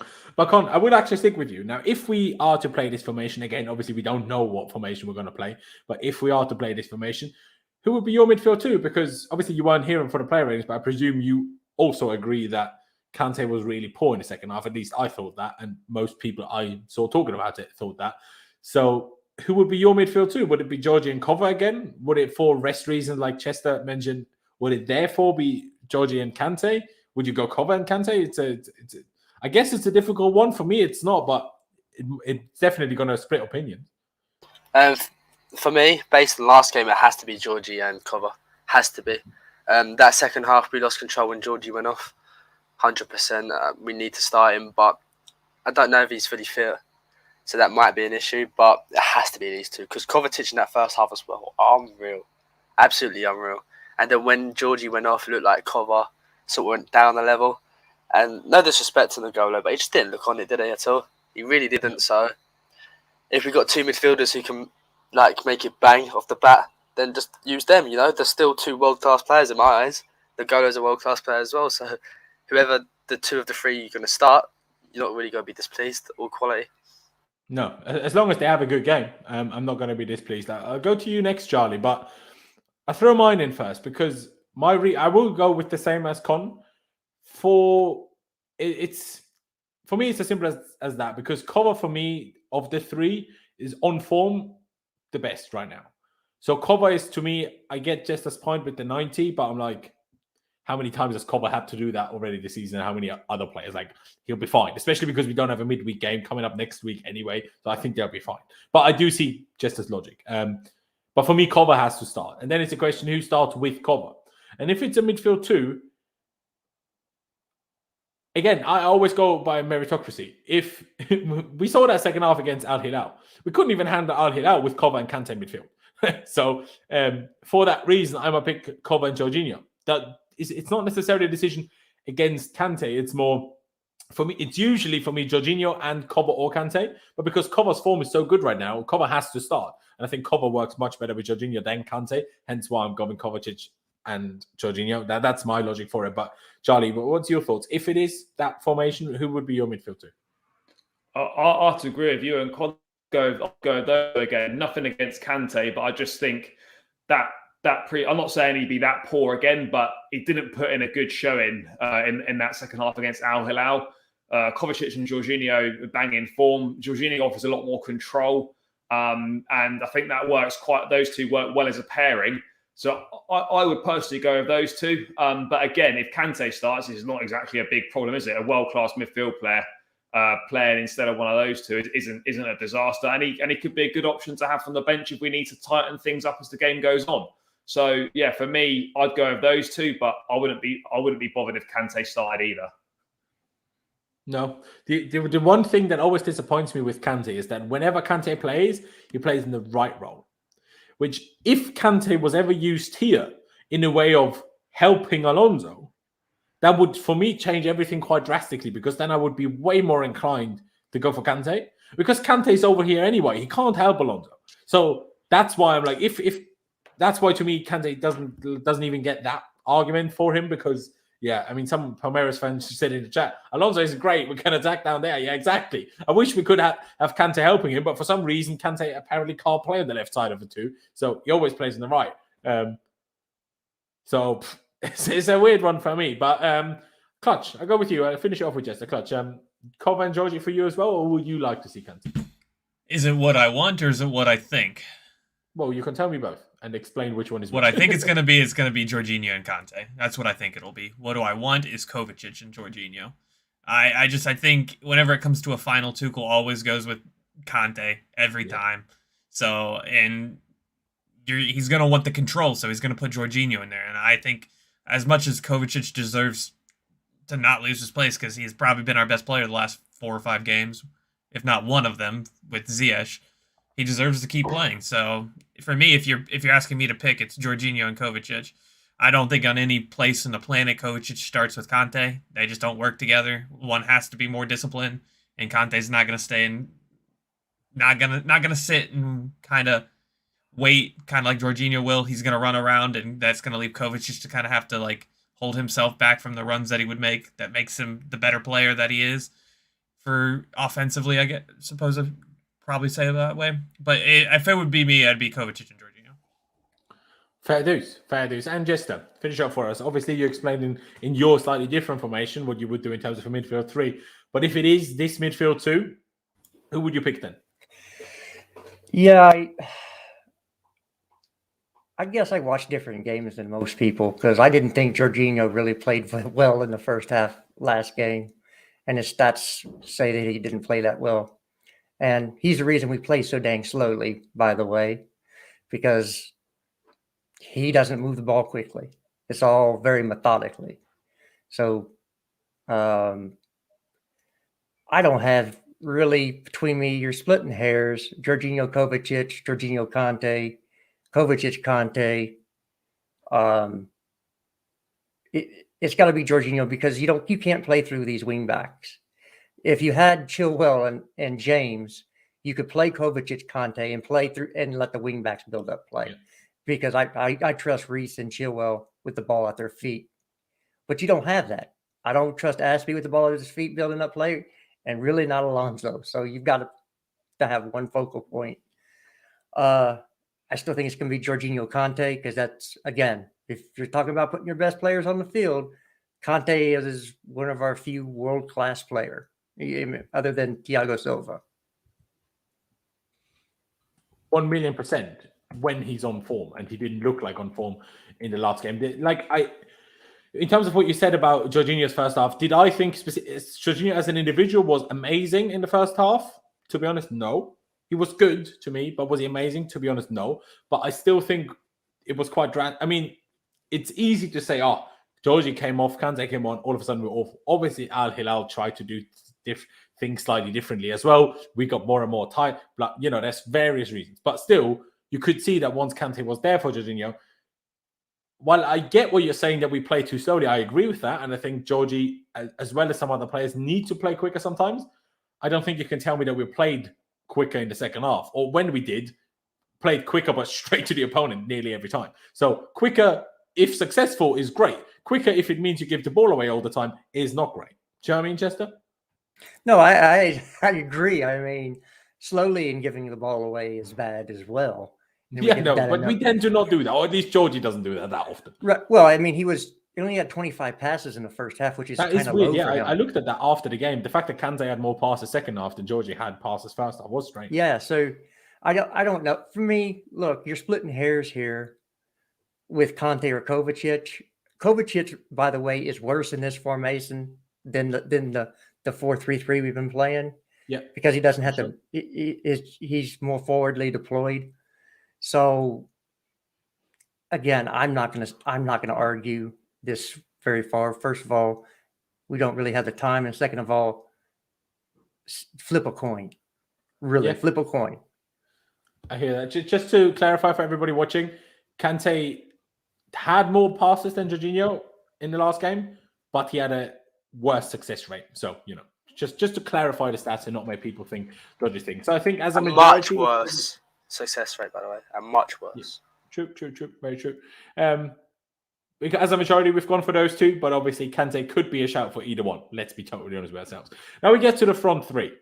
If it was all me, Lukaku in here, but a bit like with the back three, I think it's almost like we have to almost accept that Lukaku plays and almost debate who started around Lukaku, because that's almost more interesting in a way, or more difficult in a way. But the problem I have for me is Kai was good, but not great.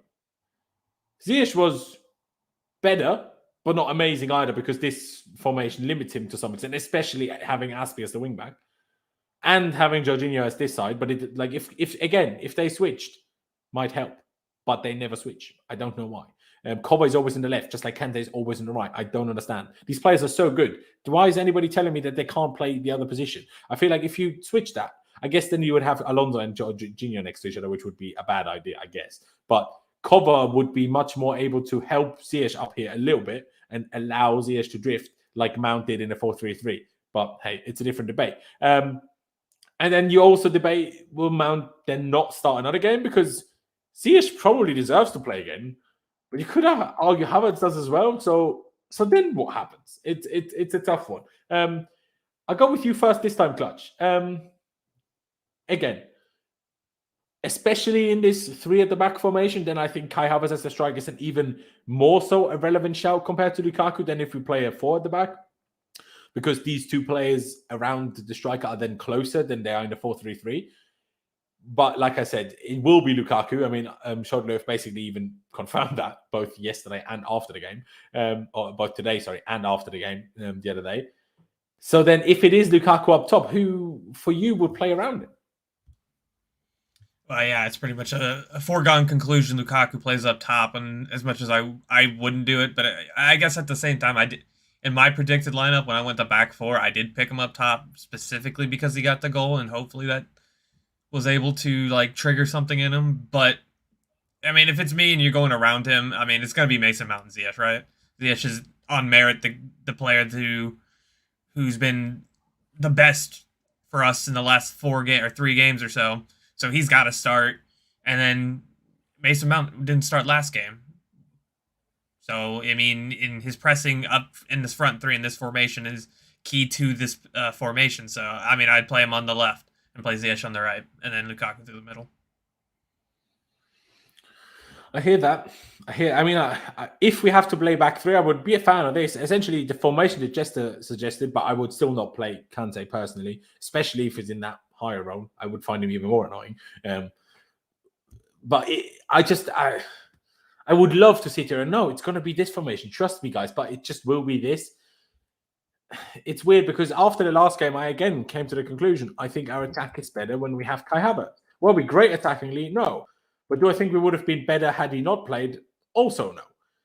But with Mount, you never know, especially because Mount hasn't played on this left side in a while. He played there once in the 4-2-2, but that is obviously a slightly different formation. So I could see it, but I think it would be a little bit harsh on Kai Havertz, considering the last game was his first start in a month.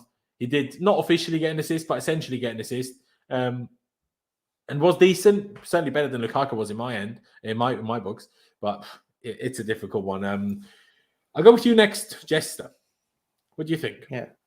Well, first of all, I don't know if I'm quoting this stat completely correct, but I don't think Lukaku scored without Havertz on the field. No, I think the stat was that he scored 9 goals and 5 of which just come while Havertz was on the pitch as well. That's Is that what it was? Like I said, I don't remember the stat exactly, but Lukaku certainly he tends to be better with Havertz on the pitch. That's with Havertz on the pitch. With that said, that's the front 3 I think is going to be on the field because Mount's going to play. And so it's either do you play Mount and Havertz with Lukaku and sit Ziyech down, which half the fan base would be going, why are you doing that? Although he's not as good in this formation than when we're playing with the back 4. Ziyech is not. But yeah, I think on merit, you still have to keep Ziyech in there because he's done nothing wrong. And I'd like to see him be a little bit less wasteful because he still turned the ball over 23 times. And I didn't see the beautiful passes that I saw against Plymouth Argyle. So kind of wondering there, but that would be my front 3. No more waffling. Fair dues. I mean, the whole less beautiful passes, number 1, I agree. Number 2, I think it is partly from the formation because if you're here, it's much more difficult to find beautiful passes than if you're here. because here you, first of all, there's always more gap to play passes because you're deeper. Number two, you're wider, so you have a little bit more time to play beautiful passes. And number three, we also give you the ball much more if you play here. While if you play here, you have half the touches than if you play out wide there in the fullback. So, the various reasons why. But no, I agree with you. It's really difficult. It's really difficult because it feels harsh on Kai, and it would feel harsh on Mount, and it would feel harsh on Ziyech to drop any of them, which tells me again, Lukaku should be the one that's dropped, but he unfortunately will not. Con, I'll go to you next. Again, presuming Lukaku is up top, or let's just say Lukaku is up top, who's around him for you then? Because I presume otherwise, by the way, if we say it's not Lukaku, we all say just Kai, but then leave the other two the same. No, yeah, it's 100% Lukaku, bro. It's 100% Lukaku. We all know that, you know. Really. This guy's undroppable, apparently, so we just have to deal with it. I want to see CH next to him on the right. He's been our best attacker for a while now. I don't think he had his greatest game last game, but I just love how direct he is, you know. How he goes for the shots, how he tries to make those passes. Like, I love that. I love that a lot, you know. And on the left, it has to go to Kai. I think last game, he showed a lot of good, considering how long he hasn't played for. It could be Mount also.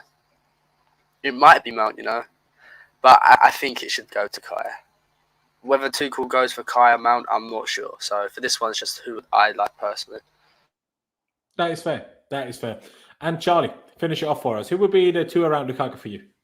Well, definitely Ziyech, as Con said. I think he's been our most informed attacker now for the last number of weeks. And I think he's one of those players that when he's playing well, you need to keep playing him. I think he's a confidence player, like a lot of players are. So if he's in good form, just keep using him. And there's no reason for him not to be starting this game unless he's tired or there's a slight knock or something we don't know about. Then he should be on that right hand side. Obviously, Lukaku definitely plays through the centre, as we've touched on. I agree with Con on this one. I think that Kai Havertz should start in this game. I like the promising early signs of the Lukaku-Havertz link-up. I think Kai offers something a little bit different. He gets a little bit closer to Lukaku, almost plays as a second striker rather than that sort of left 10 position. And I just think there's a bit more going on. I think Lukaku looks a bit more lively when Havertz is playing potentially. But again, it would be harsh on Mason Mount to miss out. But it's when you've got such a squad of talented football players, someone decent is going to be sat on the bench. It's the way it goes at the top clubs. I'd personally go with Havertz as my personal choice, but ultimately, if Mount starts there, I'm not going to cry about it and be disappointed. For sure. I mean, I'd probably go for Mount for a reason that I also just saw somewhere in the chat here. That's also one of the reasons I'm not a fan when all of our attackers have the same strong foot. I think that makes us a bit too predictable, especially because Kai Havertz the least, but all three of them love their strong foot a lot. Obviously, especially Ziyech, but even Lukaku. Lukaku, I saw a stat a few weeks ago. Lukaku basically never controls the ball with his right foot. He just refuses to even attempt it. I mean, I guess he struggles with his touch on his left foot, so let's not even think about what his touch could be on his right foot, I suppose. But that's one of the reasons why I would go for Mount, and it's just unfortunate for Kai that Lukaku is apparently undroppable for whatever reasons. Let's not get into those too deeply because we'll be sat here for another hour and I'll be ranting again. And also that Hakim Ziyech is currently a most informed player and he's also left-footed. Those are kind of the two problems that Kai Havertz has, because I still think Kai would be more suited. I still don't think he's ideal at it, but was certainly more suited to that side than that side. I don't know. I prefer it with Man. I just honestly would, but who knows? Who knows? I mean, hopefully Thomas Tuchel turns up with a shocker tomorrow and we play with the back four anyway, or a different midfield. So back three, the one someone in the chat and Chester suggested of a 3-1-4-2. Why not? Just try something. Play 2 8s. Do something different, because this one, do you know what I mean? It's when these two are wing backs, it's just a bit shit. It's just a bit shit. But to leave it at that, in terms of the team, 2 questions I have for you guys, one of which being the score prediction. Now, myself and Clutch were talking about something the other day, and he sent me a video of somebody else talking about this as well.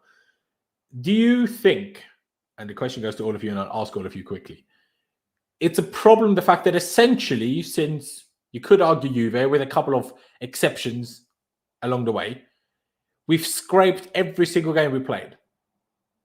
And we've not been particularly good in any game we played. Yeah, we were good against Tottenham, but even those, we never won by more than 2 goals. Like, when was the last time we scored 3 goals? Was it against Villa before Lukaku's interview? Have we ever scored 3 goals since Lukaku's interview? Like, is that a concern? Or is it like my response? I said that the clutch, to me, it's just a winter slump. But the difference to our usual winter slump is we don't lose anyway, even though we're in a winter slump. And give it a couple more weeks, hopefully starting tomorrow, we'll get out of it. At some point, we'll get out of it. We'll start playing good football again and beat teams more convincingly. But you can certainly be... Oh, yeah, Chesterfield. That's a good point, Mohammed. Yeah, we did score 5 against Chesterfield. But, they're not even a professional football team. So, yeah. But you are right, guys. You are right. But still, is it a drastic concern for you that we're arguably struggling so much and have been since Juve? Because, yeah, Chile's injury is bad. But isn't our squad too good that we can just say one player gets injured and we can just blame it all on that? Connor, start with you. Sorry, my MacBook was really playing up there. It keeps jumping. Could you repeat that again, bro? Sorry. Oh, good. Basically, because we've been struggling since the Chile injury. Yeah. And since November, since Juve. And every game since then, whether we won or lost, we've never really been good in any game since then. You could argue second half against Villa and the Spurs games. But even against Spurs, we never won by more than 2 goals. Like, is that a big worry? Or is it just a winter slump? But I've been worried about this for a while. I have. Just the level of performances is just not there. At times, we've been lucky to get a draw. Sometimes, like that Leeds game, very lucky to get a win. I'm extremely worried because at some point, something's got to give. Either we're going to start dropping a lot more points or the form has to improve. Because you can't go on like this for the rest of the season where we're just scraping these 1-0s all the time. I know, like, under a Jose Mourinho, we've seen that. And we become accustomed to that, haven't we? Like, under a Jose or under a Conte. But it's different times. It's a different team. It's a different way we play, It's worrying. Personally, I kind of blame the forwards for it, for not being more prolific. Goals change games. And the fact that we keep the opposition in the game for so long, I think is why we have to grind out results. If we can go 2-0 up early in the game, I think the game's dusted. But when did Chelsea ever do that these days? So Lukaku just has to start firing, in my opinion. I think when that happens, Chelsea's form drastically improves. It will. The question is, will his form improve? That's the tough one. Charlie, what about you? A big worry for you? It's kind of a simmering concern as such. It's not reached boiling point yet for me. As far as I'm concerned, as long as we're still winning football matches, winning trophies, the performance will always be second to winning for me. But it does get to a point, like Con said, where we can't keep getting away with scraping by. There is going to have to come a point where the performance level will have to increase, because you can't keep just getting away with it and just scraping through games, because eventually you're going to come undone, and we will come undone. So performance levels have got to increase. But ultimately, for me, as long as we're winning and doing well, the performance will always be second for me. I don't care if we win scrappy 1-0 or if we win 5-0. I just want to win. But yeah, it is a little concern that is bubbling away. And if the performance levels don't increase, then we will drop a lot more points from now to the end of the season. Unfortunately, like I said, I think it's a lot to do with winter slump plus poor form from particularly basically all of our attackers, other than Ziyech, the last few games. But I understand if it's a cause for concern for people. Jester, your thoughts on that? Yeah, I know we want to instantly blame the forwards for the problem, but again, if we played quicker, we would. Sometimes you have to get easy goals, right? You can't always grind, pass to this guy, then pass over to that guy. We do that all the time. We keep possession of the ball, which allows the defense to get set up. We need a quick counterattack goal. Sometimes an easy goal is what you need. And in this formation, with the players that we have on the pitch, that's very difficult to get. Because how many balls over the top did we play against Al Hilal? I could probably count them on one hand. There was not too many over the top to our forwards. They were all done by Rudiger too. Yeah, and that's a defensive guy. So again, we can say, yes, the forwards need to take their chances and play better in the final third, but we got to help them out by getting them the ball earlier when the defense is just getting back, not sat there and everybody's pointing, I got that guy, and we're just slow poking the ball up the pitch. So again, as much stick as you want to put on our forwards, the build-up play needs to be faster. It needs to be more precise. Even look, Kovacic just in the last game, which everybody said he had, he was great. There was many times where he over dribbled and he had a wide open player he could have played through, and he over dribbled and gave away the ball. So we have to get better at that, and it's the build-up play to get to the forwards where we're lacking as well. I'm going to say it's going to be 2-0.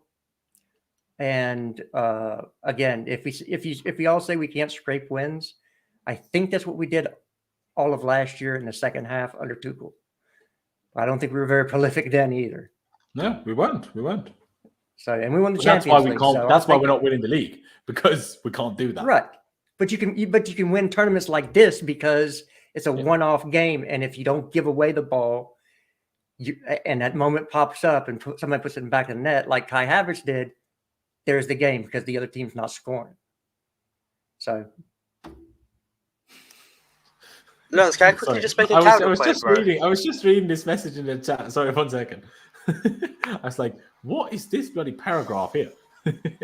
Palmeiras is a spacecraft flying through the image using a telescope as a wormhole towards the 2022 world title.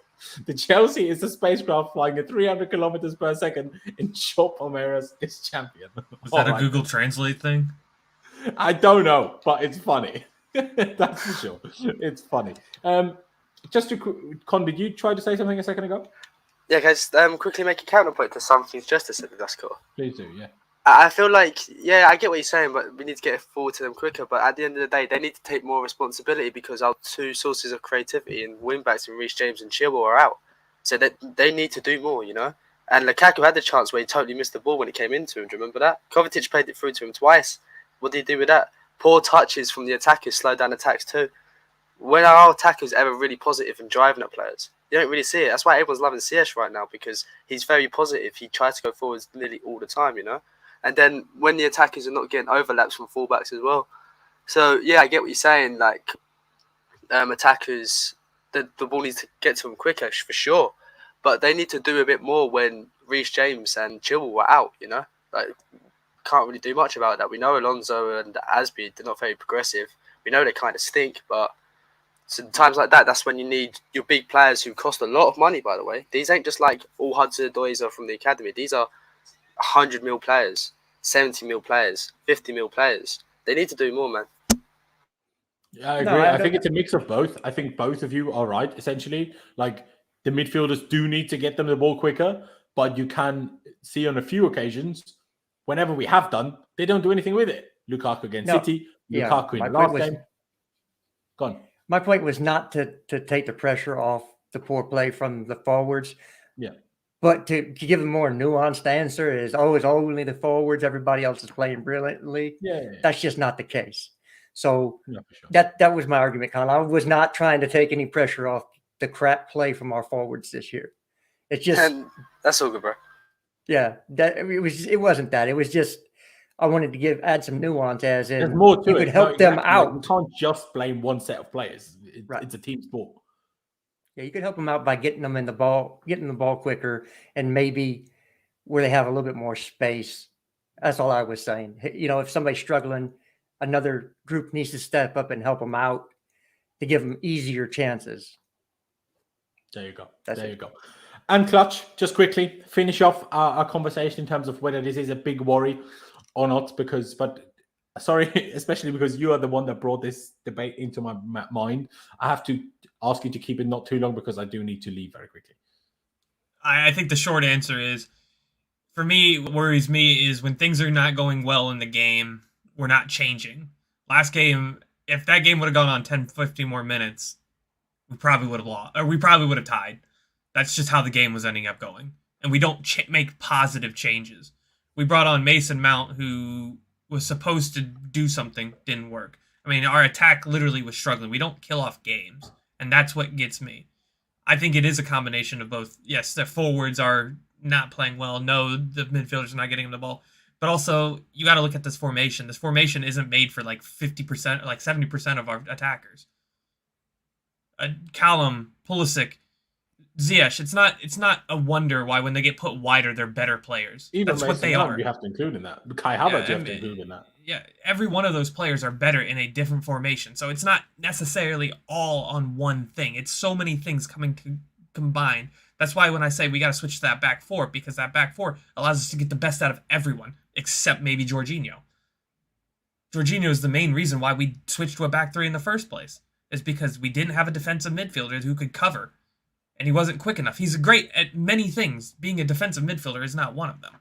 So I think that's why, for me, when we start playing in this back three, even to this point where we go to like that second half of last game. Sorry, I know I said I keep it short, but I have to, I think there's a big thing that is currently in the mind of Chelsea fans. We are currently third in the Premier League. We finished third in the Premier League under Maurizio Sarri with Jorginho playing a DM by himself in a back four.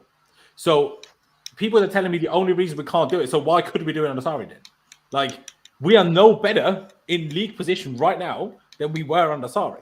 So quite literally, whether Jorginho is a single DM in the back four or plays in a double pivot in a back three, the league result, as of right now, February 11th, is identical. So that's why I'm not having this like, oh, it's only because Jorginho. I'm not saying you're wrong that it helps Jorginho. It definitely does. But I think to say that's the only reason, and if only we had a different player, and no, it's not that simple. It's like, it just really isn't. No, that's not what I'm saying. It was that simple. I'm saying we tend to not get the best out of all of our players. We tend to get the best out of some, but not all. And that's what the back three does. Is it gets the best out of more defensive point of view than it does an offensive point of view, especially when you have Aspie or Alonso playing the wings, because then you're expecting three attackers to take on 4 to 5 defenders by themselves. None of them are that good. I don't care how much Kai Havertz is good. He's not good enough to take on 4 or 5 defenders by himself. Hazard is the only player in our recent history who was that good, and he's gone. So we need to switch things back up. I agree with that. Hence why I was disappointed when we played the back three in the last game. As much as, yeah, it helps us maybe with control from deep, sure. But how about we control from further forward for once? That would be an idea. But anyway, I mean, yes, Musa, we did have, prime Hazard on Sarri, sure. But I'm talking about the defensive frailty when we have Jorginho in that position, because we had the third best defense in the league that season. It's not like we were under Lampard where we shipped 15 goals every game, is what it felt like. It's different. But Clutch, just quickly to finish it off, score prediction for tomorrow? Heart is 3-0, head is 1-0. Fair enough. Con, score prediction?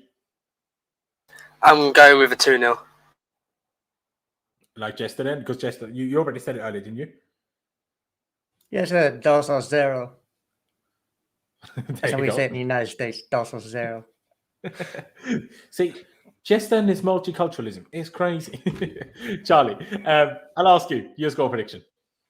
I'm probably going to say a 2-1. I think this is going to be a lot closer than perhaps people are expecting. It's going to be a tough game. Could easily see it going to extra time potentially as well. I can't realistically see us scoring more than 2, as you touched on. When was the last time we scored 3 goals other than Chesterfield? So I think this is going to be a tight game. I'm going to go with a 2-1 win, possibly extra time on the cards. It's a tough one. I mean, Mohammed said here as well, 2-1 in extra time.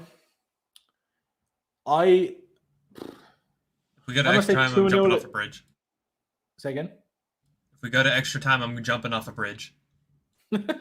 Well, gives us more money's worth. We watch it. It gives us more football to watch. Nah. I must say 2-0 as well. I'll go with Con and Jester. I'm also tempted to say 1-0 if I'm being perfectly honest with you. But hey, all that matters is that I hope we get the dub, because I want from tomorrow onwards for us to be able to wear this beautiful gold badge in the middle of our shirt that makes our whole shirt look less ugly, hopefully. So, that would be fantastic. Win that trophy, have a bit of a, post-game celebrations. We lift the trophy. It's all fun and games and everything's great, you know. And Mendy himself will be champion of Europe, champion of Africa, and champion of the world all at the very same time. How fantastic would that be? So, ladies and gentlemen, we're going to round it out here. Big shout out to all 4 of my guests today. Big shout out to Jester. Check out his Twitter down below, especially because he joined in on such short notice. Shout out to Charlie as well. Check out his YouTube channel. Link is down in the description at the Blues Brothers. Con, obviously, big up yourself. FBT, but big up yourself. Follow Con on Twitter if you haven't already. And of course, the same goes for essentially my co-host, Mr. Clutch. Follow him on Twitter. Link is down in the description, as it is for all of these guys. And like I told you earlier, ladies and gentlemen, if you haven't already, please be sure to subscribe. We're on the road to 15,000 subscribers. It doesn't cost you any money. Just click that big red subscribe button for me. Every new subscriber counts, and it really does mean the world. Hit the like button as well if you haven't just yet. But yeah, thank you guys for watching. Up the Chelsea, upwards and onwards, and we'll see you next time.